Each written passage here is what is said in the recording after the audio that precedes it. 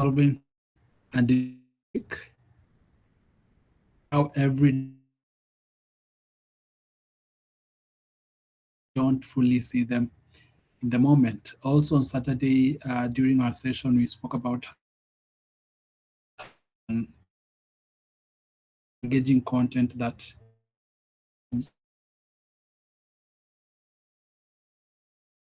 has emotional impact. So now this week we shift. Every last week, every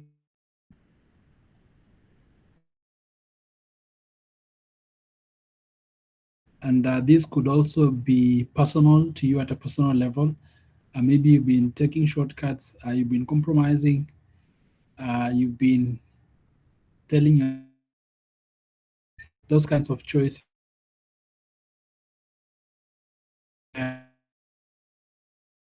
right? During post production, and like we already discussed before, this is one of the most a lot at this very stage. This is if there was maybe a few errors with lighting, sound, this is the place to standardize if there was an issue with this one and all that. So we are this week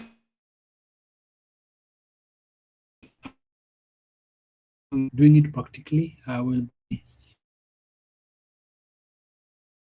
thing one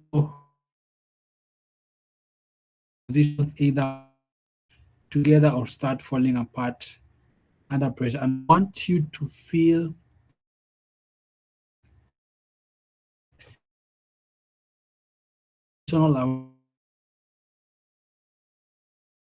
the big is thinking post-production is where problems get solved. That's where we dump all the problems. But if you think this is where we solve all the problems,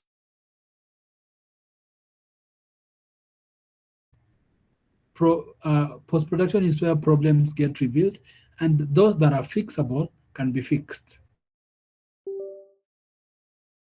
About stepping into control, understanding how systems that protect your work in aligning on what this session is really about.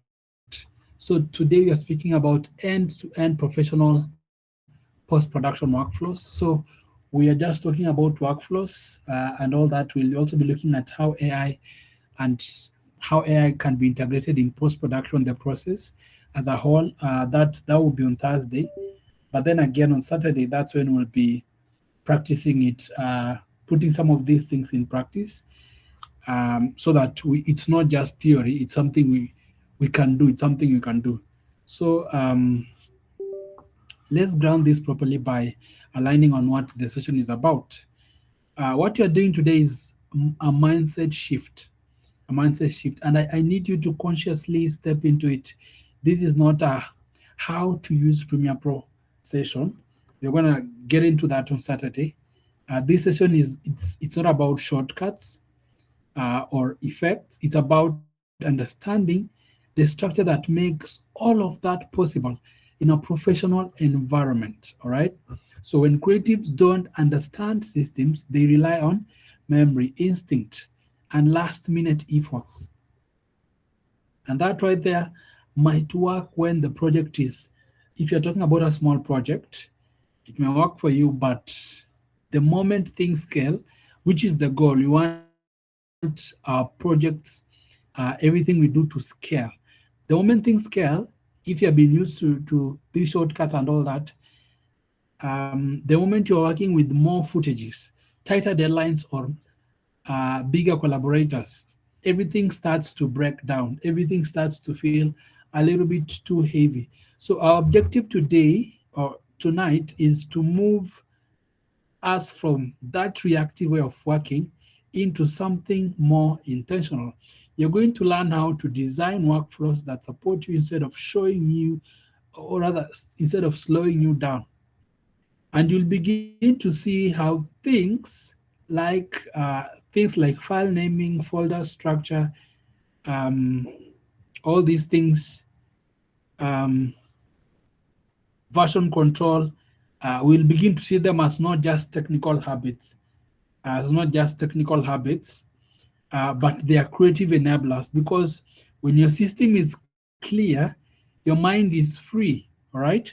And when your system is messy, your creativity becomes limited, even if you are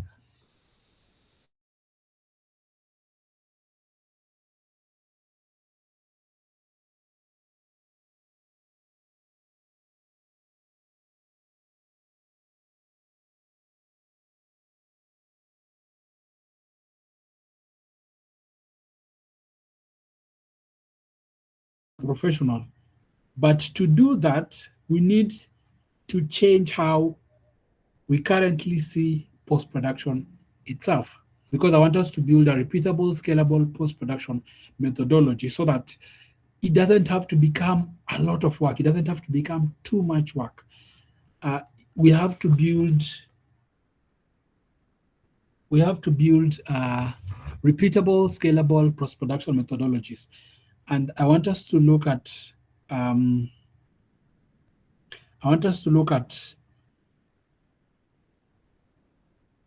I want us to challenge ourselves how we currently view post production itself, how we see post production as a whole. And I want us to reframe our thinking of post production, because most of us think post production as something that starts after shooting ends.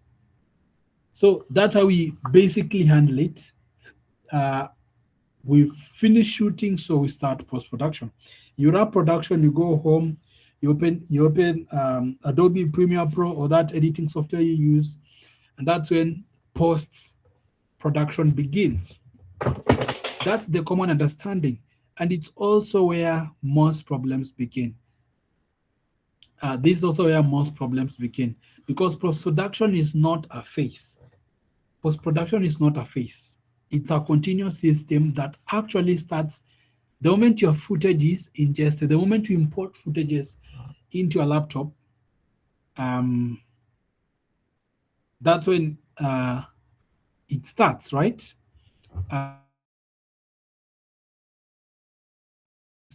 The way you organize them, the way you label them, all that is already post-production in motion. So even before you import, how you label your files and all that, it's already post-production in motion. And here is where it gets, this is where it gets deeper. Creative flexibility is not just about how good you are at editing. It is directly influenced by how well your system is structured. So if your files are chaotic, if you've not properly numbered your files, that means they are very chaotic. If your clips are poorly labeled, so you've not labeled, as a content creator, you've not labeled your clips correctly. If your folders don't make sense, then every creative decision becomes slower, it becomes heavier, and it becomes more frustrating. All right? Becomes more frustrating. Basically, every stage introduces dependencies that must be managed proactively. So that means every stage has to be handled professionally, in an efficient manner, so that it can make your editing experience easier. And let me make this real for you. You're in the middle of editing. You're in the middle of editing that film, that content you shot for that biashara, whatever that is. And then you remember a specific emotional moment. You remember a specific emotional moment. A look, a reaction shot that would make the scene work perfectly. Right? You suddenly remember that, but you can't find it. You remember there was an emotional moment, but you can't find it. You scroll through, either you're editing with your phone, your laptop, you're scrolling through, you search, you guess, and after 10 minutes, your energy drops, because I mean, you're frustrated, so your energy drops. The idea you had of that footage starts fading. It starts fading. That is not a creativity problem. That is a system problem. Because you had the idea, you remembered something, a very intimate, maybe emotional moment, but you couldn't just find it. You couldn't find it. You get frustrated. That idea starts fading. You get disoriented. So, understanding this clearly, structure does not limit creativity, it protects creativity, right? It protects creativity because professionals design workflows before they execute them. So you have to design that workflow so that executing it becomes easier. You don't have to think harder, you don't have to guess during the process. Your work will be to execute. You design the workflow, you design the structure, you understand the structure before you execute. Now, to reality, or rather, to really internalize this, we need to understand how systems actually behave. How do systems actually behave? How do systems actually behave? System thinking fundamentals. I want us to look at how systems actually behave. A system is not just a sequence of steps, all right? It's not just a method, it's not just a way of doing things, it's a network. It's a network of connected decisions where each part affects the next, right? And in post production, this connection is very tight because small mistakes don't stay small, they travel. When your ingest is disorganized, your editing becomes harder. You don't name your files properly, you don't name your clicks properly, you don't arrange them properly. Your editing becomes harder. It makes your work 10 times harder. When your timeline is messy, sound designers struggle, right? When your exports are inconsistent, color grading becomes complicated. So each stage inherits the strengths or the weaknesses of the previous one. So whatever decision you make, each decision will affect the next. That's what I want you to understand. Because each stage inherits the strengths or the weaknesses of the previous one. This is why professionals don't just think about what am I doing now? They think about what happens next because of this. What happens next because of this? That shift right there changes everything because instead of reacting to problems later, you start preventing them earlier. You start preventing them earlier because errors propagate forward, compounding in costs and complexity. And efficiency is achieved by eliminating friction, not increasing speed. So let's take a simple example. If you don't separate dialogue, music, and effects properly in your timeline, the sound designer has to spend time reorganizing your work before they even begin. All right? That delay affects the moment there's a slight delay, it's gonna jump the entire deadline. It's gonna affect energies and even the quality of the final output is gonna get affected. So what looked like a small shortcut in editing becomes a bigger problem downstream. Right? Becomes a bigger problem downstream. Systems thinking forces you to respect the entire pipeline.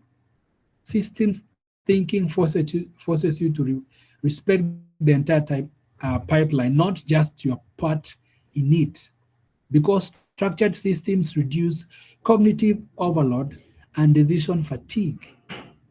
And once you understand that, you begin to see that the real costs, you begin to see what the real cost is when a system or a structure fails. All right? Let's talk about the economics of workflow failure. The economics of workflow failure.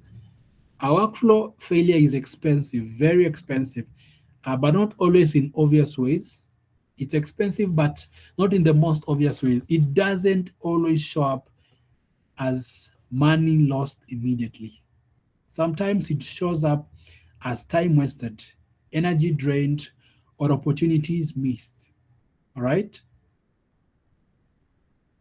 Time wasted, that's an expensive um, that's an expensive mistake. Energies, missed opportunities. When you spend time searching for files because you probably didn't name your files correctly, you're wasting time. You're not just losing minutes, you're losing creative focus. When you redo work because of poor organization, you poorly organized your work, so you are redoing it. You're not just repeating effort, you're reducing your overall output capacity. And over time, these small inefficiencies compound. Projects take longer than they should. So if you're not keen on naming your files, those clips beforehand and all that, it's gonna make your work harder. You're gonna be disorganized. Uh, you may have to redo um, your job, which is not okay. Which is not okay because you're wasting time. You are reducing your overall output capacity. These small inefficiencies compound. Your projects won't be short within the timeline. Deadlines become very stressful. They become so tight. And if you're working with clients, they start noticing delays. They start noticing inconsistencies. They feel its impact.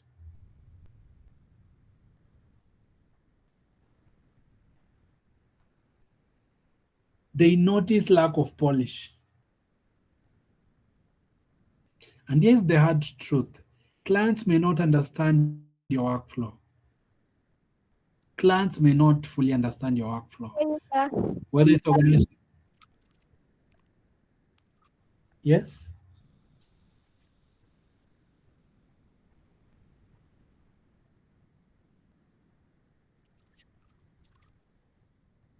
I can't hear you, sir.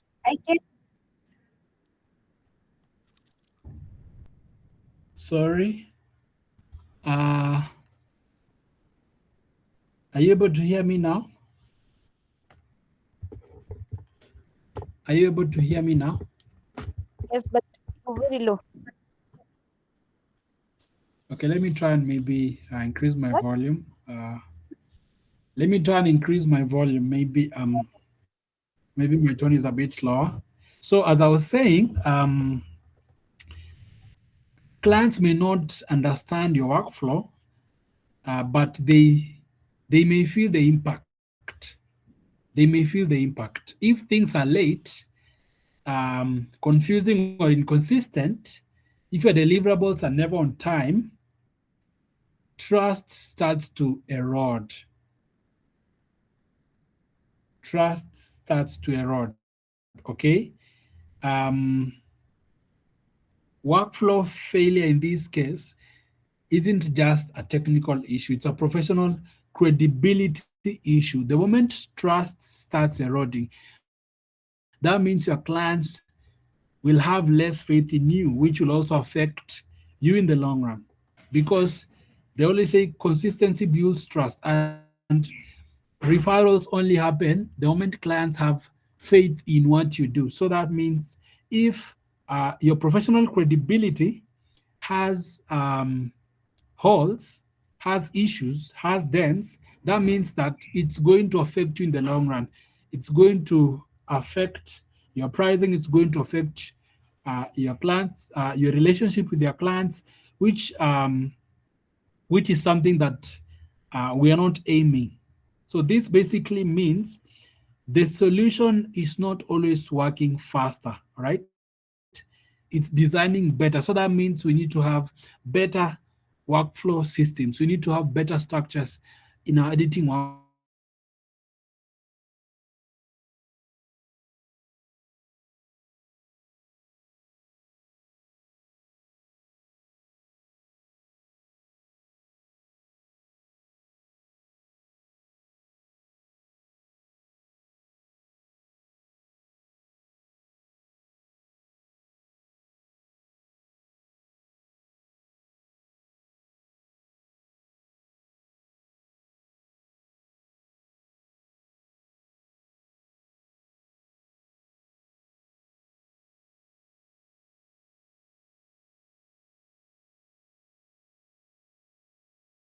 so that we can reliability is something that most of us reliable. We design if you're a professional, that means you design for it intentionally. You design for reliability intentionally. It is not about being lucky. It is not about being lucky that things worked this time. It's not about you're lucky that things didn't go wrong, all right? It's about building a process that works consistently even when conditions are not ideal, because standardization um, reduces ambiguity and improves team alignment. All right. A reliable workflow is predictable. You know where things are, you know what comes next. You don't waste energy figuring things out repeatedly. So you're not spending 30 minutes looking for a single footage because you already arranged them in a specific order. So if you need a certain footage, you've named all the footages. So you don't have to uh, spend a lot of time trying to figure things out. So that means that um, we must have reliable workflows which are predictable, which are consistent, um, regardless of the conditions, because conditions may not always be ideal. And a reliable workflow is always predictable. You know where things are, you know what comes next. All right? It has to be repeatable. It has to be repeatable. It has to be something you can predict, meaning you can apply this across projects without starting from scratch every time. And it is resilient, meaning even under pressure, it does not collapse. It does not collapse under pressure because it's something that is already established. This is what allows professionals to handle larger projects,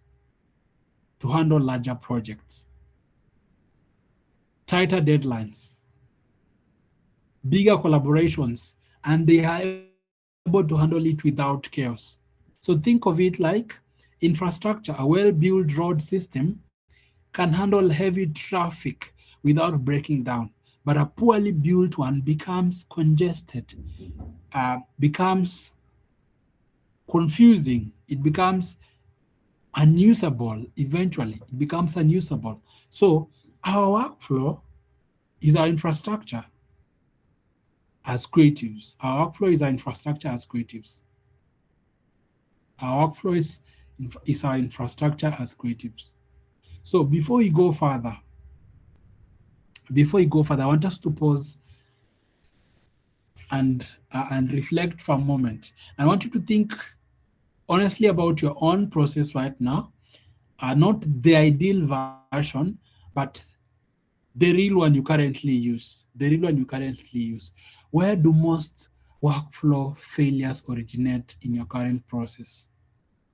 Is it your inability to um, arrange your footages well or name them correctly? How does a system design influence creative?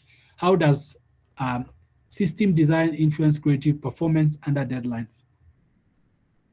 what trade-offs exist between flexibility and structure. So think about it based on your current system, what you use now, not the ideal one. Not the ideal one. Not the ideal one. What you currently use. Right?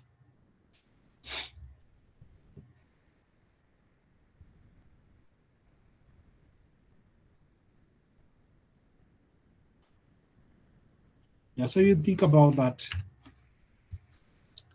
As you think, do you have anybody with a question?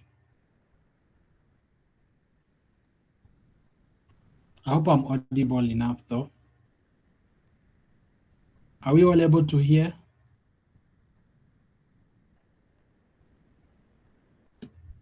All right. I know this is a post-production is it's best done through practice. So I'm hoping this weekend you're able to put some of these things into practice, because this is not something you'll just learn in a theory class and understand. It's something you have to actually do it, so that um, it can make more sense, because some of these concepts may not make sense unless they are practically done.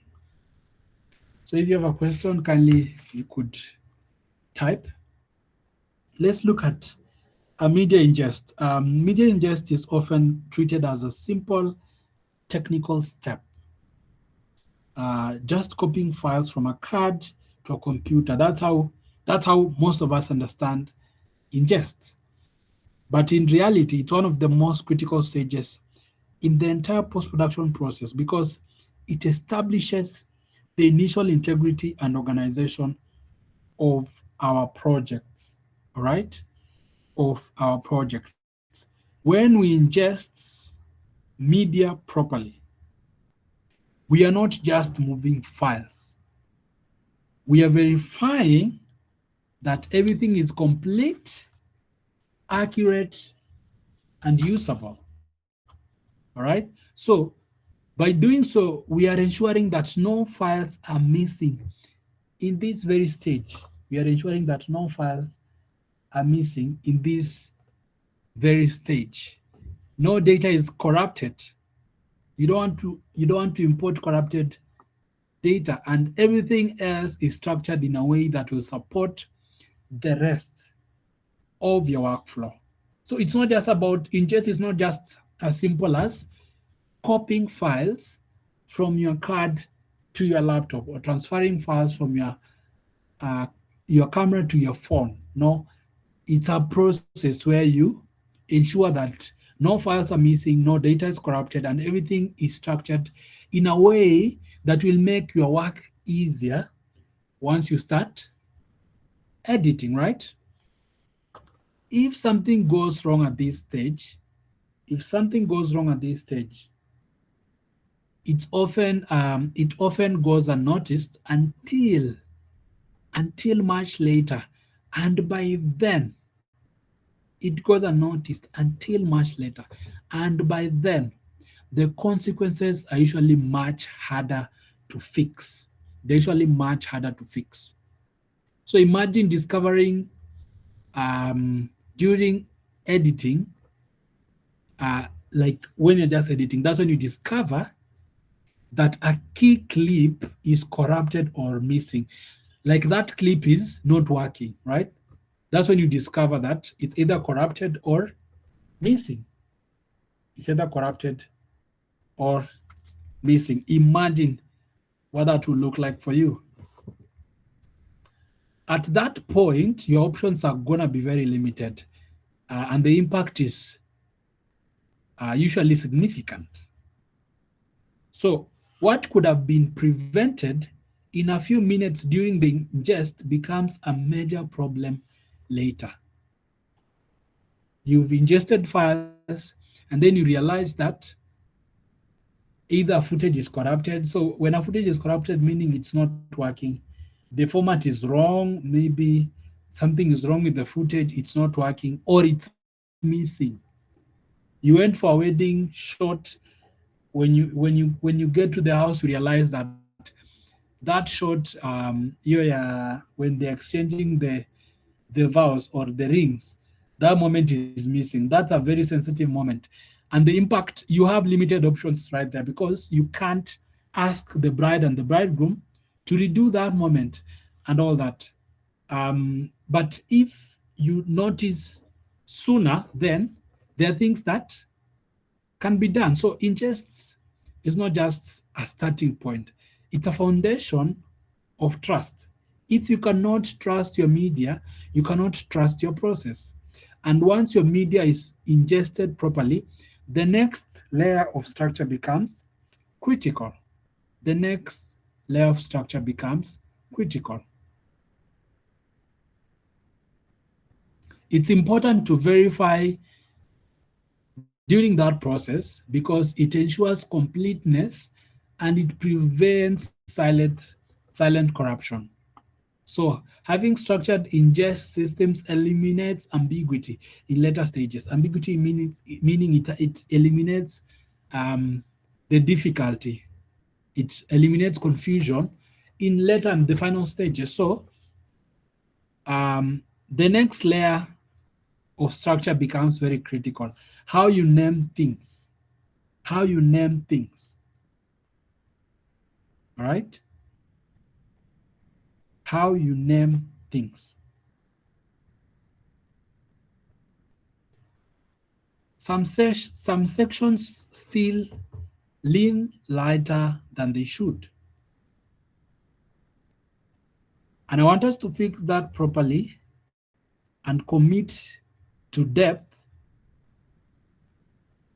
so that we understand these things at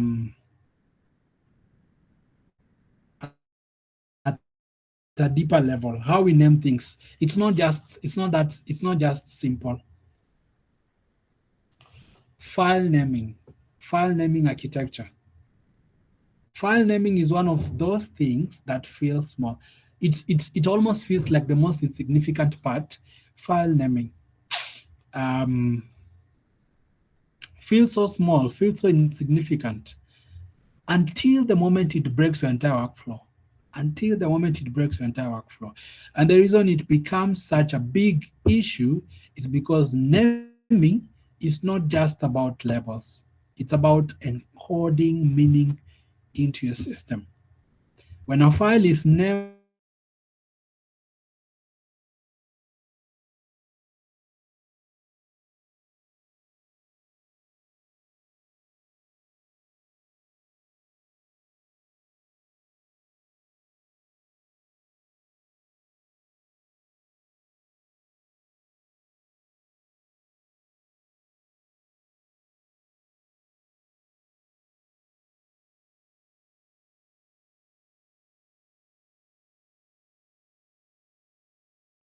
something system scalable. You're not just relying on memory anymore, you're relying on a clear structure. You've named your files intentionally so that you know where it's coming from, how it relates with other files.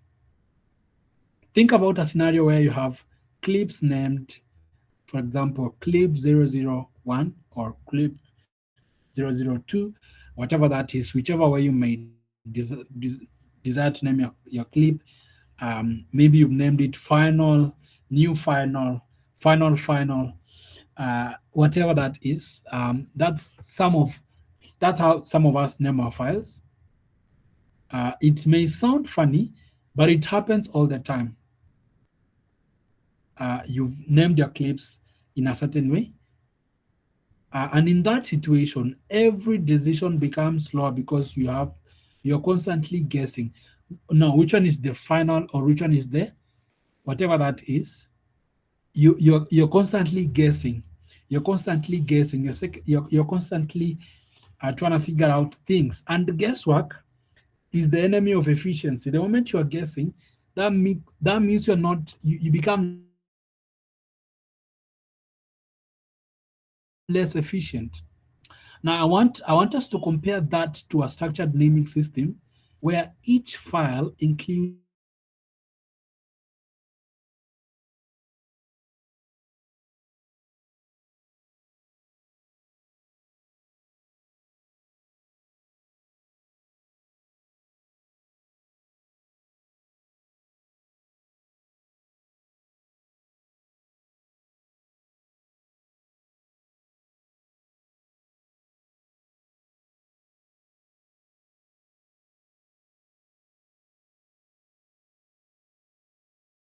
different formats. Once you name it in that sense, it becomes searchable, traceable, and understandable across a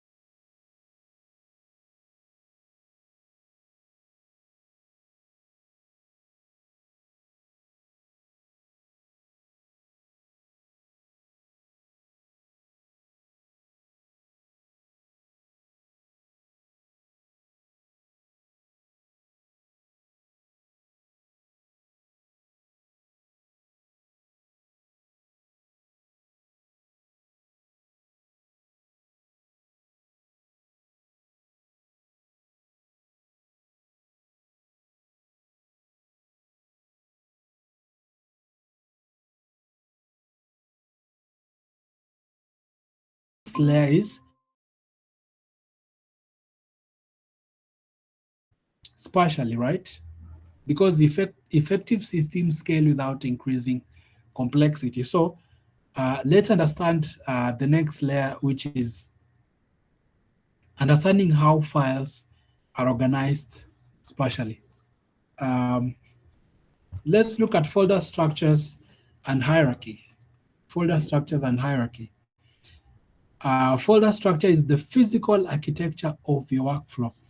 It is how your project exists in space, right? How it is navigated, understood, and shared across collaborators. And when this structure is weak, every stage of post production becomes heavier than it needs to be. A strong folder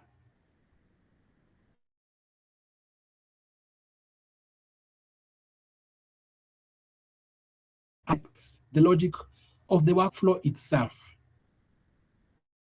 It separates raw footage from working files.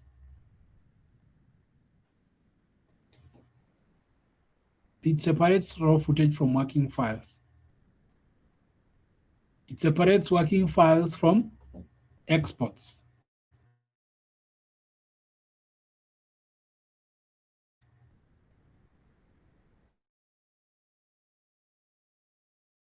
It's for clarity, protection, and efficiency, so that it's important to understand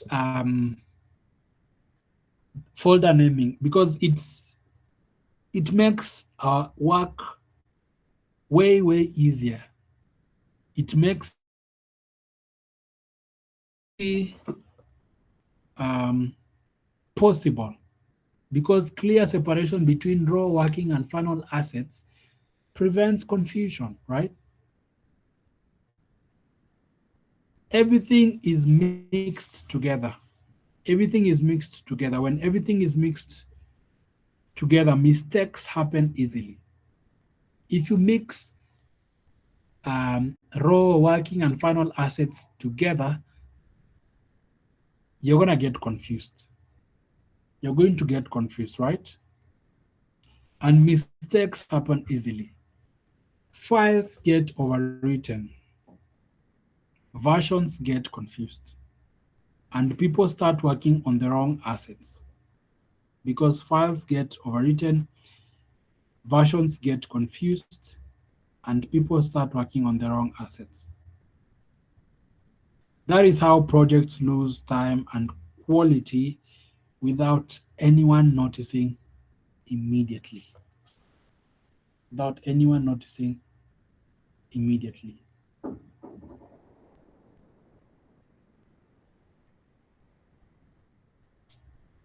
All right?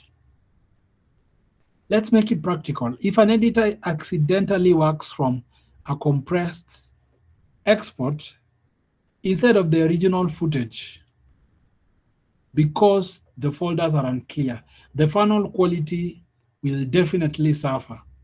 And that mistake is not about skill, it's about structure. A good folder hierarchy reduces friction. It allows anyone entering the project to understand it quickly because these big projects,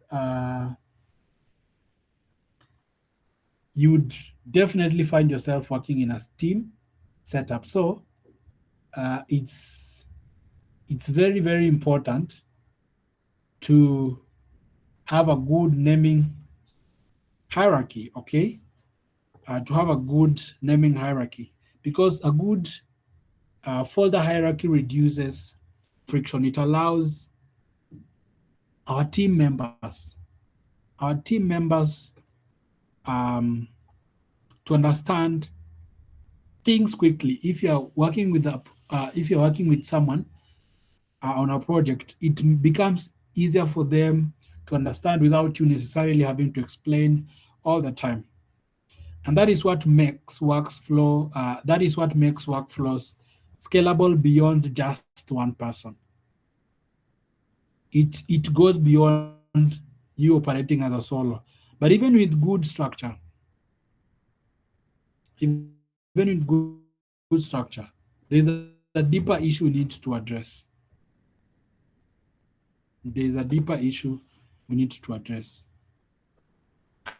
Can you trust your data? Can you trust your data? Can you trust your data? Data integrity is something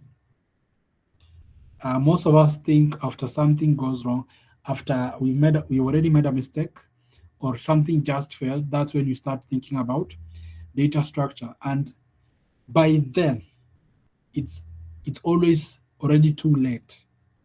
It's already too late for you to do nothing. At a professional level, you don't assume your data is safe. You design systems that prove it is safe. It's not by assumption. It has to be intentional. When files are transferred, there's always a risk. Um, Maybe small, maybe invisible, but there's always a real risk. A file may copy incorrectly, a drive may fail, or human error might delete something unintentionally, whatever that is. And without verification, you might never know until you need that file, until you need that footage. This is why, as professionals, we need to use um, checksum verification during ingest. It is not about being paranoid. So this is not about paranoia. It's about certainty. It's about um, being on the safe side, right? Because it ensures that what you copied is exactly what was recorded. No silent corruption, no hidden issues. And then comes backup strategy. Not one, um, not one backup, not two, but a system of redundancy that protects against different types of failure. We must always have backup. We must always have backup. Hardwares can fail. Hardwares can fail. Softwares can crash. And people do make mistakes. So you must have a system, or you must work within a system that defines all three. Because the truth is simple. If you lose your data, you lose your project. If you lose your footages, you lose your project. And if you lose a client's data, that is the worst. You've lost trust. You've lost trust.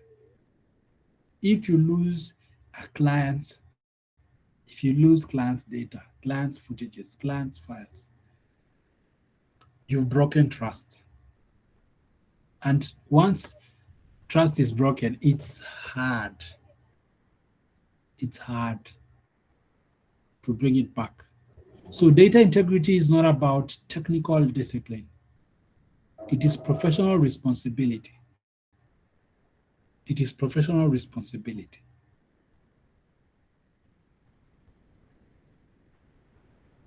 Redundancy is a professional requirement. It's not optional.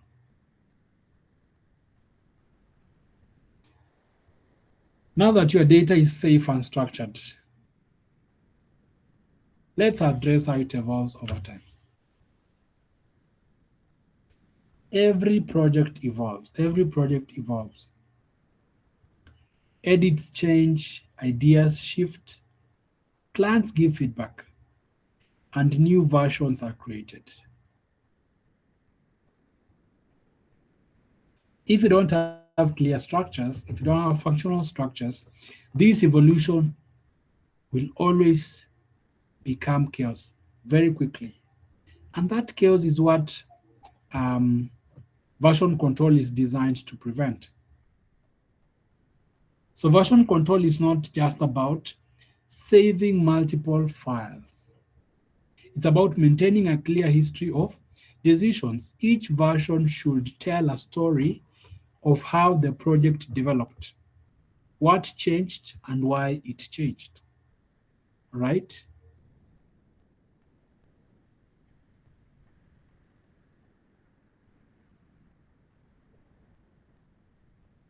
When versioning is weak, when versioning is weak, people overwrite work. They lose previous ideas or struggle to go back to earlier stages. That creates frustration, that creates delays, and sometimes irreversible loss. So think about working on a project um, where you need to revert to a previous cut, but you don't know which files contain it. You open multiple timelines, trying to figure it out, wasting time and energy. That is not a creative problem. That is a system failure. That is a system failure. A disciplined versioning system allows you to move forward confidently because you know you can always step back when need arises. It supports collaboration, reduces risk, and keeps the project coherent even as it changes. And once your workflow is structured, it needs something else to truly scale. Clarity beyond your own mind. Clarity beyond your own mind. Clarity beyond your own mind.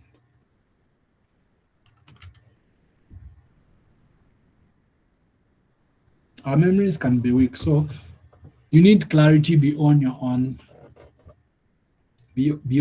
mind. Documentation in this case is what transforms a personal workflow into a professional system. Documentation standardizes processes and reduces variability. Without it, everything exists only in your head. And that becomes a limitation the moment you work with others. it can become a limiting factor. When processes are documented, they become repeatable, teachable, and scalable.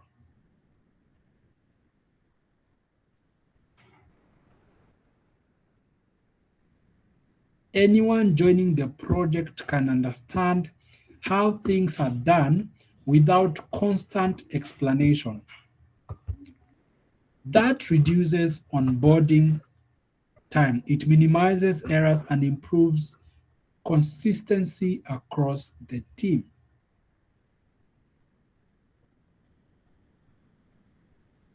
Documentation is not about writing long, complicated manuals. Documentation is not about writing long, complicated manuals. It's about capturing key decisions, structures, and standards in a way that is clear and usable. In a way that is clear and usable.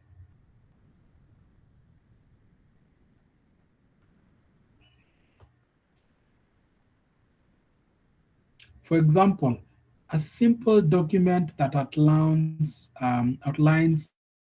naming conventions, folder structure, and export settings can prevent hours of confusion later. And more importantly, documentation improves troubleshooting. When something goes wrong, you don't guess, you refer back. You have somewhere to bounce back. So when something goes wrong, you have an easier time because you have somewhere to refer. You refer back to the system and identify where the breakdown happened. That is how professionals maintain control even when things become complex. That's how you'll maintain control. Because mistakes do happen. Things could go south. So it gives you control even when things become complex. I want us to pause again and reflect on how these systems show up in our current work. How does poor organization affect downstream creative quality? What systems ensure data reliability in your workflow? How can documentation improve team performance? How can documentation improve team performance?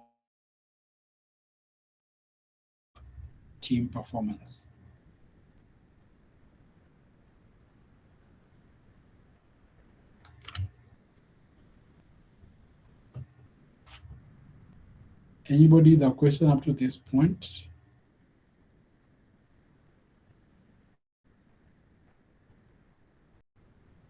If you have a question, please ask.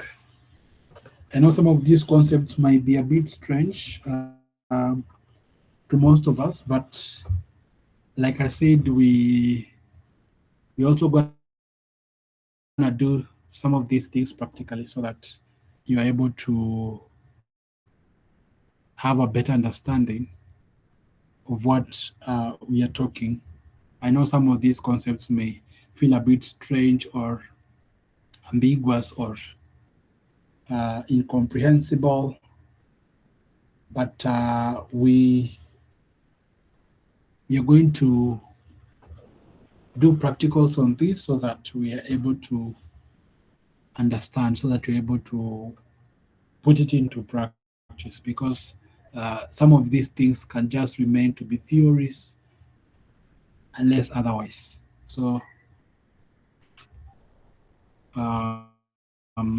if you don't fully understand some of these concepts, we are going to be expounding on them further so that we're also going to be doing them practically so that we are all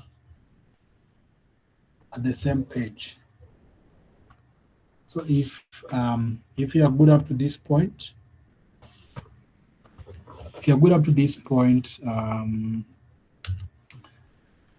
let's look at editing workflow foundations. Most of us see editing as the most creative, or rather the most important part of post-production. Um, and it is, that's true, it is. But that creativity only flows properly when it's supported by structure. Without strong foundations, without a strong foundation, editing becomes very slow. It becomes tiresome, boring, frustrating, inconsistent. Editing just becomes that mountain you don't want to climb. Professional editing workflow is not about making the cuts or mix matching the footages.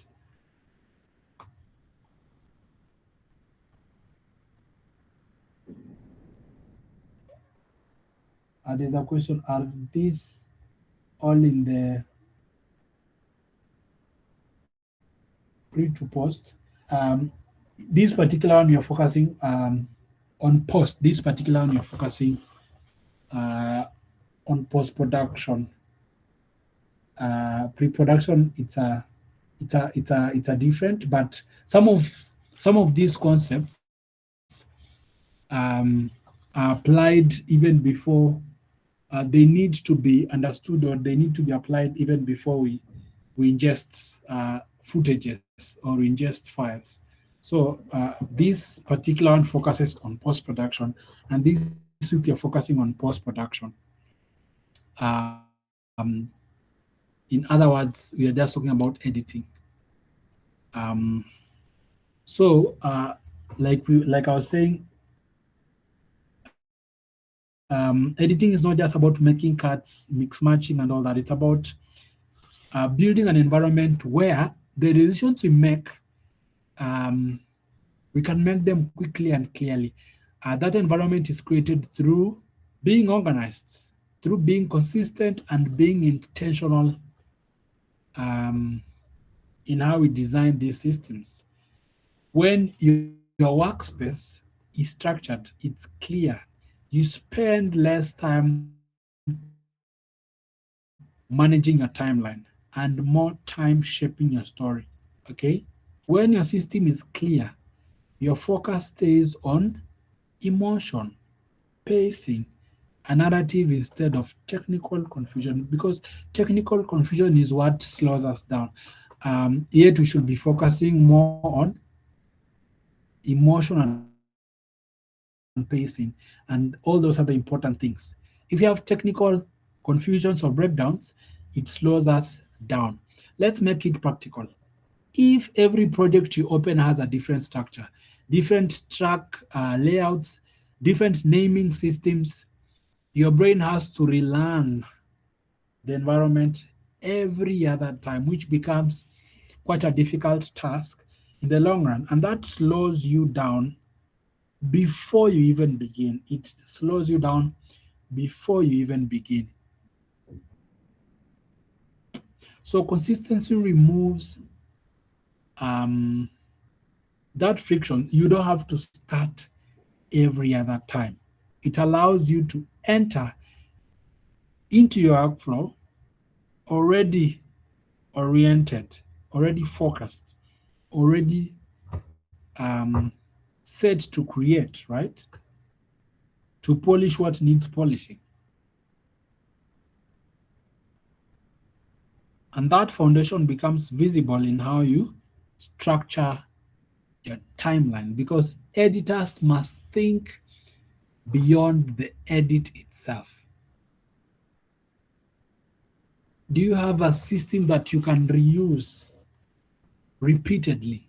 Do you have something that you can work with repeatedly so that you don't have to start every other time? Because your brain, your mind has to reset every other time. Let's look at timeline architecture.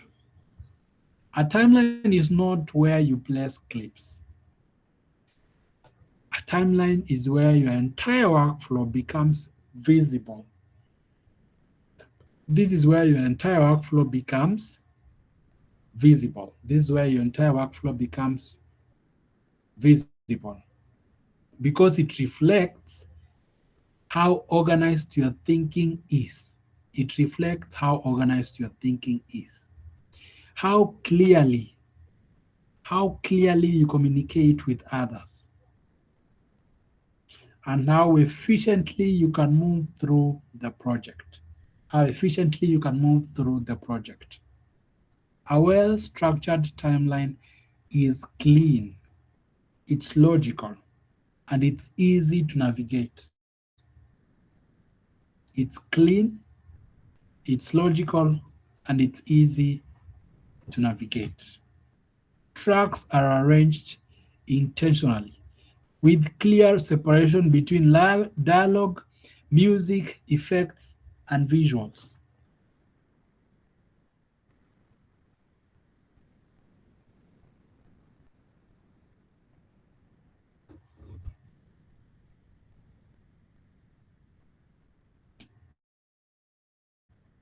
This clarity is not just for you, it's for anyone who interacts with your project much later.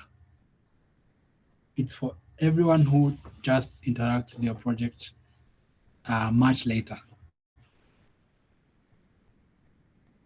Visual clarity improves speed and accuracy of work. Once our timelines are disorganized, it creates confusion. Yes, when timelines are messy, confusion increases.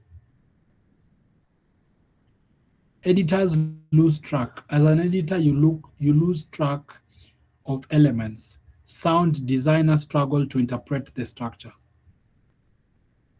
And the revisions become harder to manage if you're working with a client. So here's the key insight. A messy timeline does not just slow you down. It slows down everyone who comes after you. It slows down everyone who comes after you. So timeline architecture is not about personal preference. It's not about what you prefer.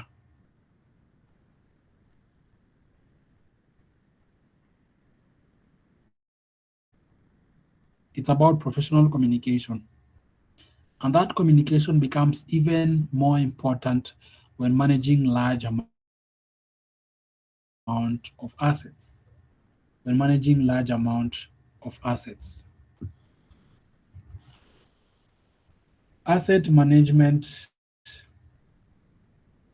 asset management um, in editing. Asset management in editing. Asset management in editing.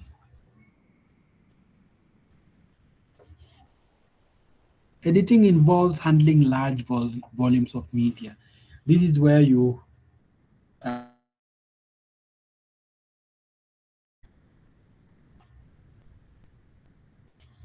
this is where you bring media files together. This is where you bring large volumes of media together, those footages.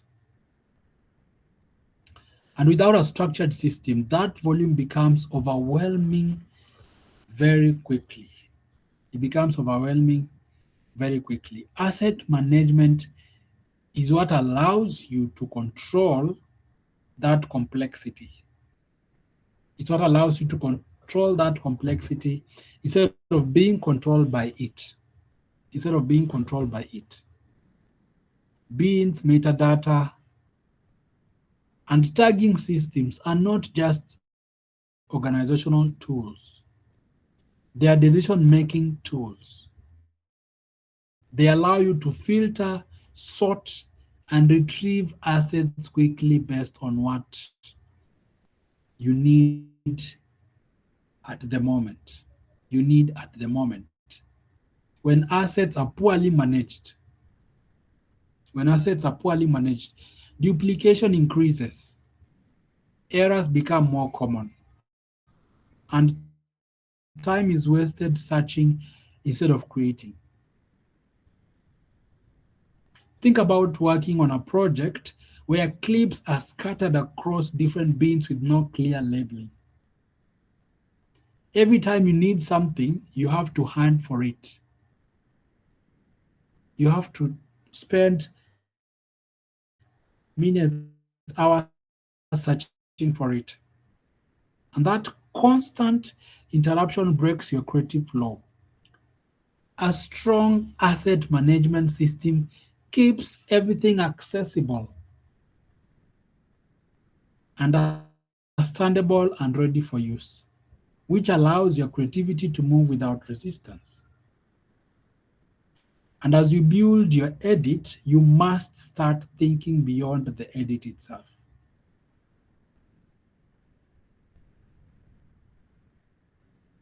You must start thinking beyond the edit itself.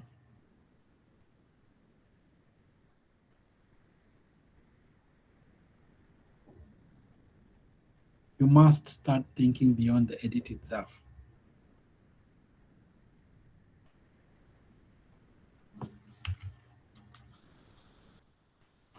Preparing for sound workflow. Preparing for sound workflow. As an editor, one of the biggest mindset shifts you need to make is this: you're not finishing the project, you're preparing it for the next stage. Let's shift our mindset from um, we are finishing our project, we are preparing it for the next stage. And one of the most sensitive stages you are handing it off to is sound. Sound is not something that gets added later. It is something that is built on top of what you give. On top of what you give. So if your edit is unclear, if it's messy or inconsistent, the sound team does not just start working.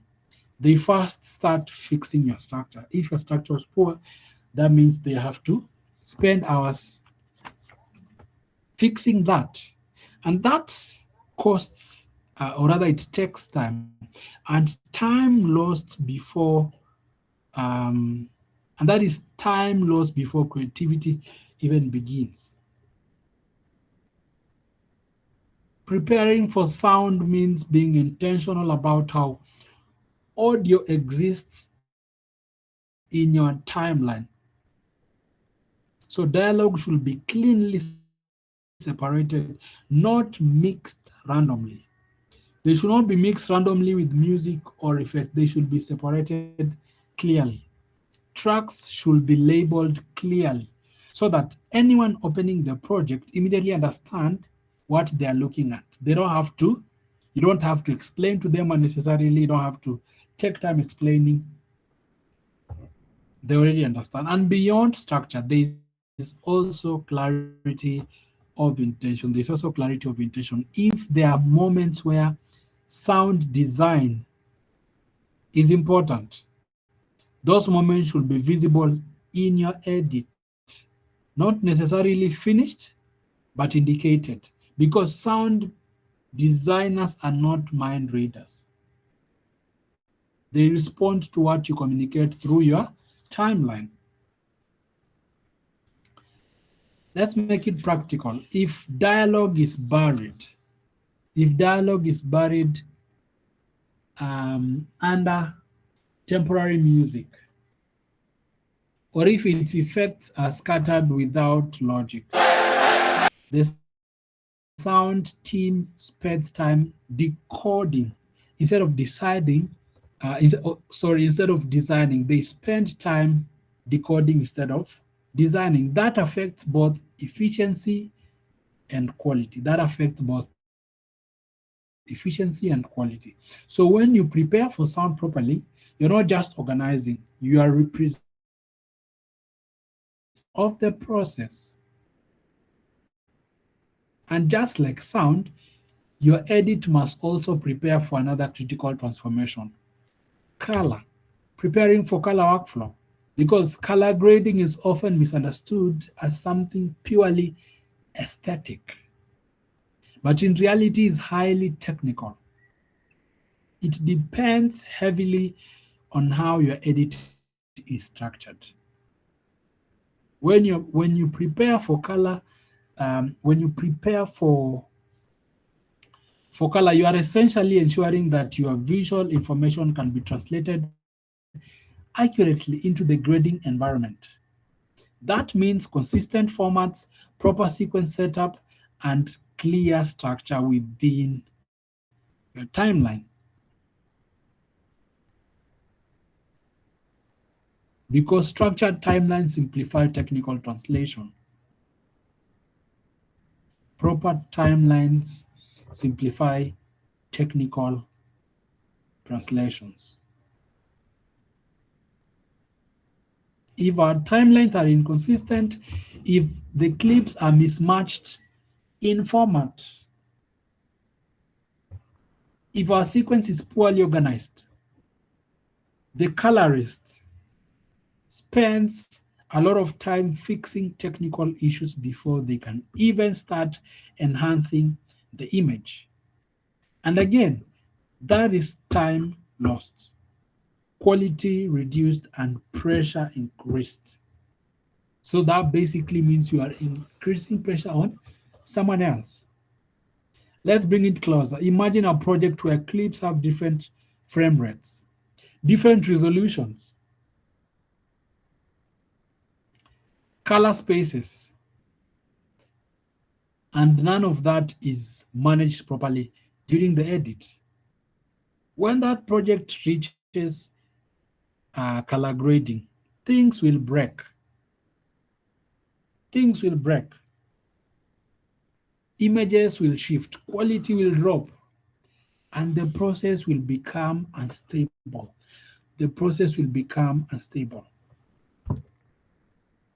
So preparation for color is about preserving visual integrity. Preparation for color is about preserving visual integrity. It's about ensuring that communication, sorry, it's about ensuring that what you captured can be refined. It can be improved, not compromised. It can be refined. And just like sound, it's also about communication because your timeline should make sense to someone who did not edit it.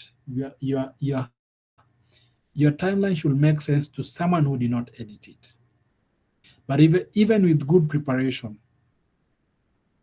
there are patterns of failure that keep showing up. There are patterns of failure that keep showing up. No matter how experienced you are, workflow breakdowns happen a lot. But the difference is professionals recognize patterns and design systems to prevent them. One of the most common breakdowns is missing or offline media. This often comes from poor ingest or weak file management. And when it happens during editing, it disrupts continuity and slows everything down. Everything slows down at this stage. Another major issue is poor timeline structure. Poor timeline structure. When tracks are disorganized, unnamed, or inconsistent, collaboration becomes difficult. Collaboration becomes difficult. Collaboration becomes difficult. Errors become more persistent or more likely. What should be a smooth process turns into a constant um, corrections.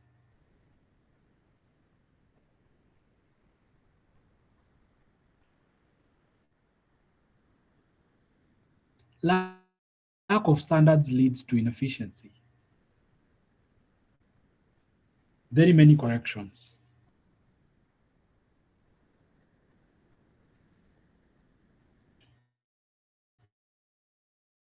All of these issues share something in common. They are not caused by a lack of skill. They are caused by poor structures or lack of structures. And the frustrating part is that most of these problems can be prevented. They are preventable. They don't require advanced tools or expensive software. They require discipline and awareness. You just need to be aware of the processes, and you need to be disciplined enough to have clear workflows. So let's pause and reflect. Let's pause and reflect. What defines a professional versus amateur timeline? How can editors reduce downstream friction? What recurring breakdowns exist in your workflow?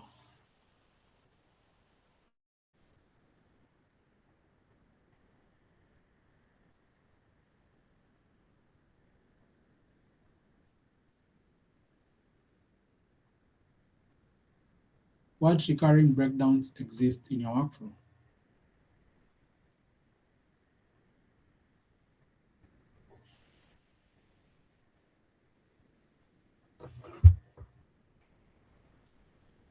Let's think about that. Let's look at the technical handshake. Let's look at the technical handshake. If you also have a question, you could ask. Maybe you need clarity on something, you could just ask. That's okay, and I will respond to that. I want us to move with speed from this point because we have very few minutes left before our time ends. The technical handshake. Let's look at this. Transitions between departments must be seamless and standardized because every transition in post production is a moment of risk and also a moment of opportunity. This transition is what we call the technical handshake. The point where one stage hands over to another. If this handshake is clean, clear, and aligned, the workflow continues smoothly. If it is messy or inconsistent, everything slows down and errors begin to appear. So this requires alignment in formats, naming, and expectations.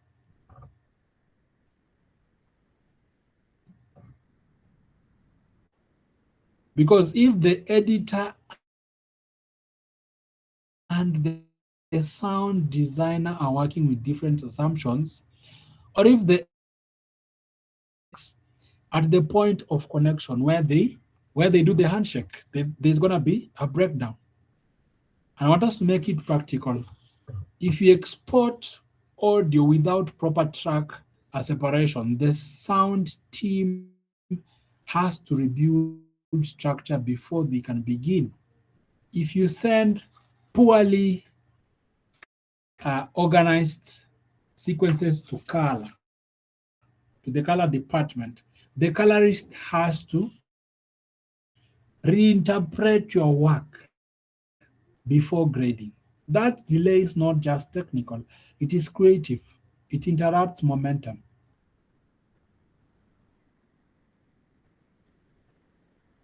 So this technical handshake is about continuity because it ensures that what you built can be continued, not corrected. They don't have to rebuild it. It can be continued because failures introduce delays and reworks. So that makes the process a bit more complex. Let's look at how editing connects to sound. Um, the transition from editing to sound is one of the most delicate parts of post production because it involves translating structure, timing, and intention into another domain. For this transition to work, your audio must be clearly organized. Talk of dialogue, music, and effects should exist on separate tracks, properly labeled and consistent throughout the process. timeline. This allows the sound team to immediately understand what they are working with. Immediately understand what they are working with. But beyond structure, there is also the issue of accuracy. Timing must be precise. Synchronization must be intact, and exports must reflect the actual edit without distortion or misalignment. Because even small inconsistencies in timing can create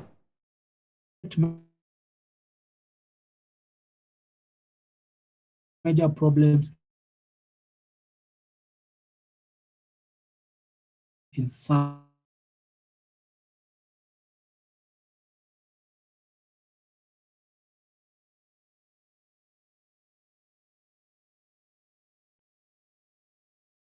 precision, one that focuses on visual consistency and technical clarity.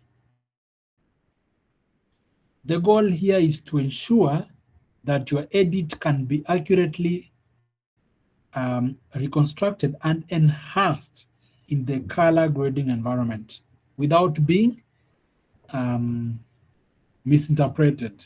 This means using consistent formats, ensuring proper sequence structures, and preparing clean timelines that can be translated without creating any confusion.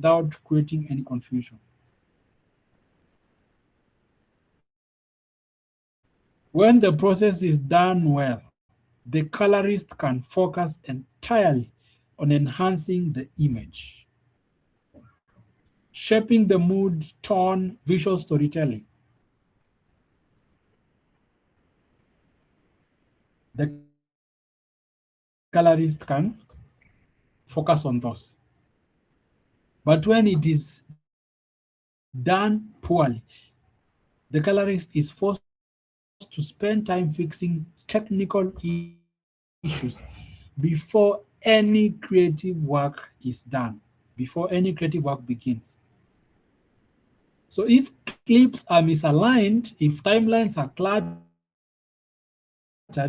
or if formats are inconsistent,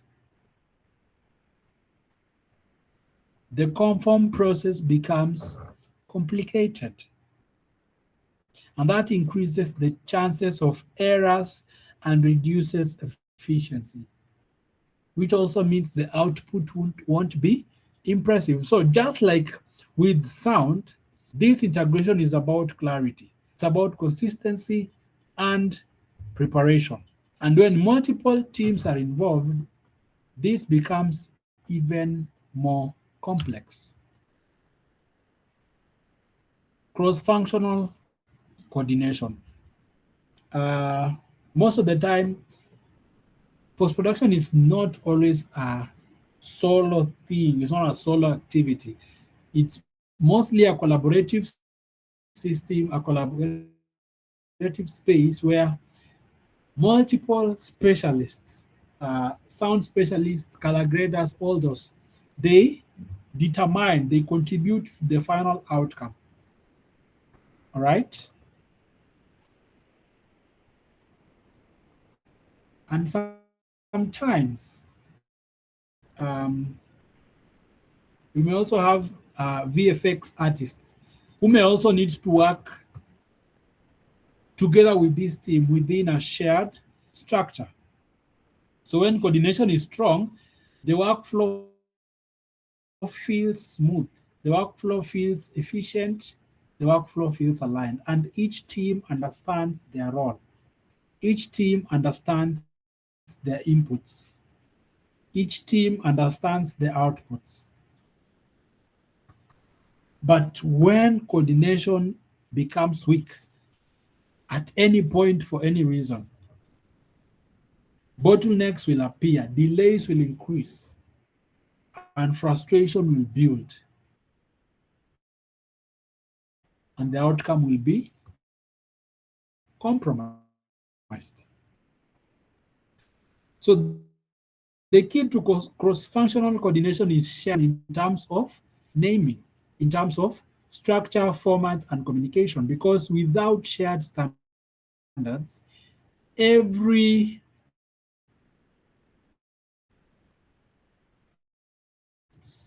transition becomes a negotiation. People will get disoriented.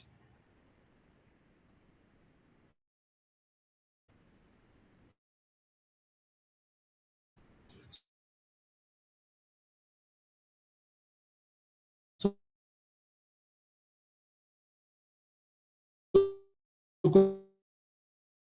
coordination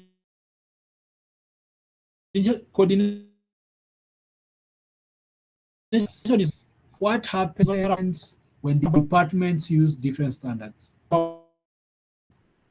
How can workflow alignment improve delivery speed? What systems improve collaboration?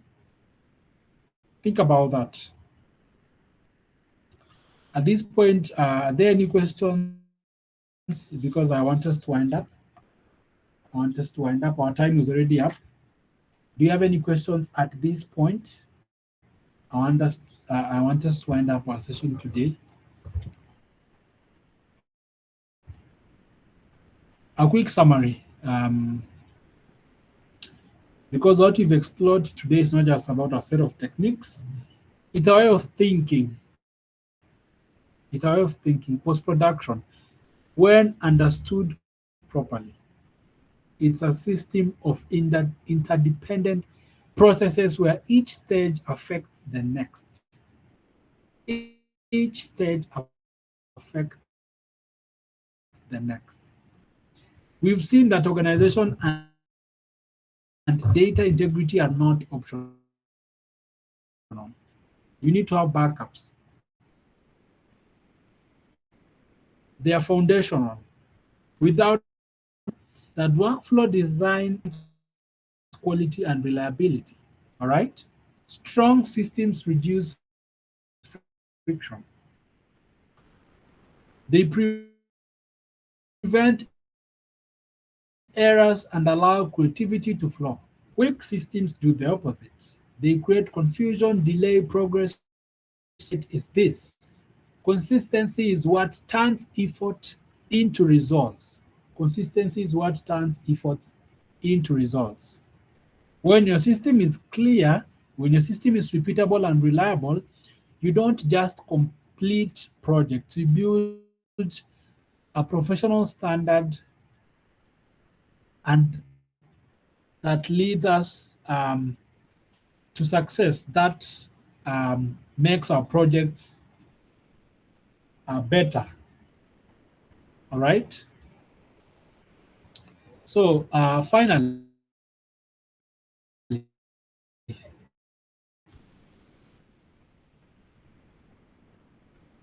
efficiency comes from structure.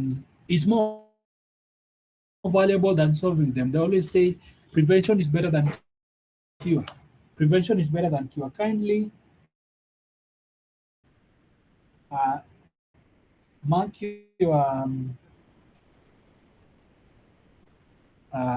register. Let's mark our attendance. Kindly let's mark our attendance. So type your creative ID in the chat box. As we wind up our session, prevention is better than well-designed systems enable creative excellence. Well-designed systems enable creative excellence. Mastery lies in building reliable, scalable workflows. Mastery lies in building reliable and scalable workflows. So I hope we've been able to get something. I know these concepts are a bit new to most of us, and all that. But we wanted to introduce the idea of post-production and also just reframe it so that we understand understand that editing is bigger than what it seems before you actually get into the techniques and all that. On Thursday and Saturday. So I hope we've picked one, two, three. We've picked one, two, three things so that we are able to be more efficient, to be more effective in our post production processes. So thank you so much for your time today. Thank you so much for your time tonight. Um, I want us to wind up our time.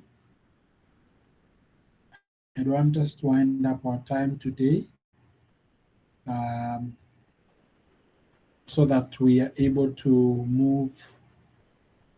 And most of us have communicated about bad weather and all that on their end. So I want us to end our time today, tonight, so that I can also allow you, if you want to transition home, or if you want to rest or do other things, so that you do them with ease. But otherwise, thank you so much, guys.